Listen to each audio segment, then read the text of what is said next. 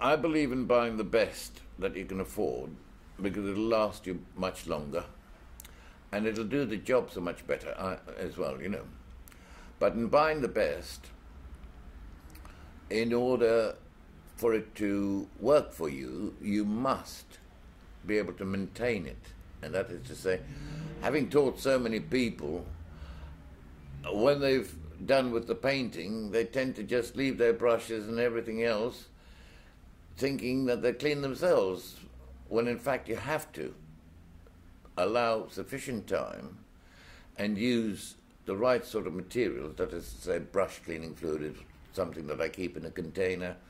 As soon as I've finished using my brushes, I've stopped painting, I wipe the brushes clean with tissue, drop it into this container of brush cleaning fluid, get on with something else, come back to it a few minutes later, wipe them clean, give them another dip and wipe them again, and then drop them into a solution that I have prepared.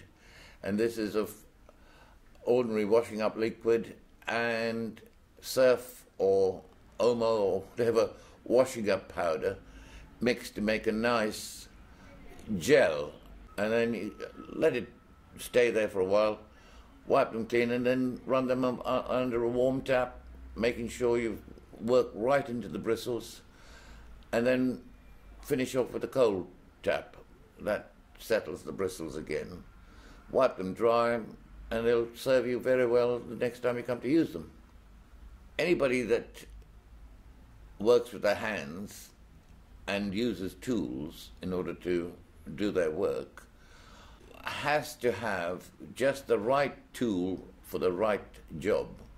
So therefore, money's tight, you buy an array of different brushes, different sizes, and then you'll find you'll build up your collection of brushes.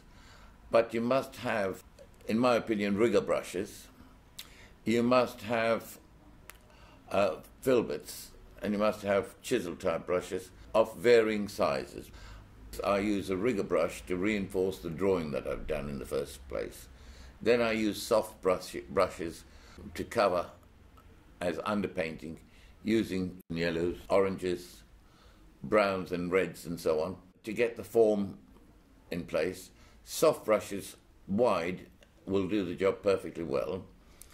And then the rule is that depending on the area, the plane that you're working on, you use the right size of brush to cover that particular plane.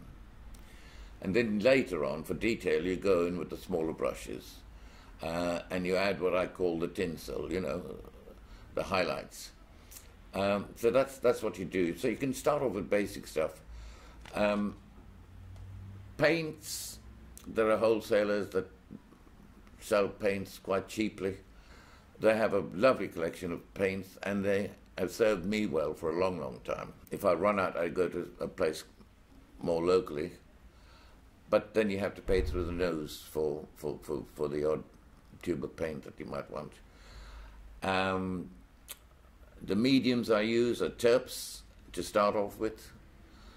That's to give the washes the old underpainting that I referred to earlier. And then when you've done all that and the picture looks almost painted, you change the medium to 50% linseed oil and 50% terps. You can go on to the third stage of using glazes, which is sun-thickened linseed oil with a dash of terps to finish it off. And then obviously varnishes, you could use a satin varnish or a matte varnish. I prefer matte varnishes to start off with because I like to photograph my work and you don't get the glare of the oils on the camera, you know, distorting the painting. So these are things that you will learn anyway. Nothing happens in 5 minutes. Everything has to be worked for. Everything has to be planned. Planning is the most important. I think it was Michelangelo who said, before you start a painting, you must give the greatest thought to what it is you're going to do, just as a general would, you know, planning a campaign. And then things will flow once you've gone through that procedure.